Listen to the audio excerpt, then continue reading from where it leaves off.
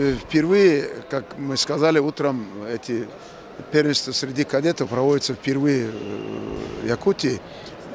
Вы здесь показали по чемпионату России, то, что вы можете организовывать на высшем уровне соревнований. Мы были в шоке, когда все это так прошло, очень хорошо. И даже главный тренер страны и все, кто был заинтересован в этом чемпионате, Федерация России и Министерство спорта дал большую оценку проведению чемпионата. На коврах, потому что ребята были разведены, победители первенства Европы, мира и прошлогодние чемпионы, победители первенства России.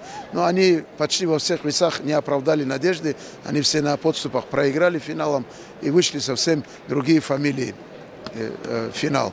Вот 42 килограмма к радости ваших болельщиков, ваш борец вышел в финал, и 54 вообще никому неизвестный в этом плане борец тоже вышел из Якутии в финал.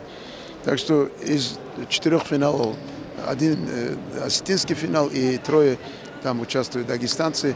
И вот 2 школы, которые, и 3, как всегда, якутская школа борьбы, они доминируют, и вот они доказали очередной раз, что они истинно являются доминирующими борцовскими державами.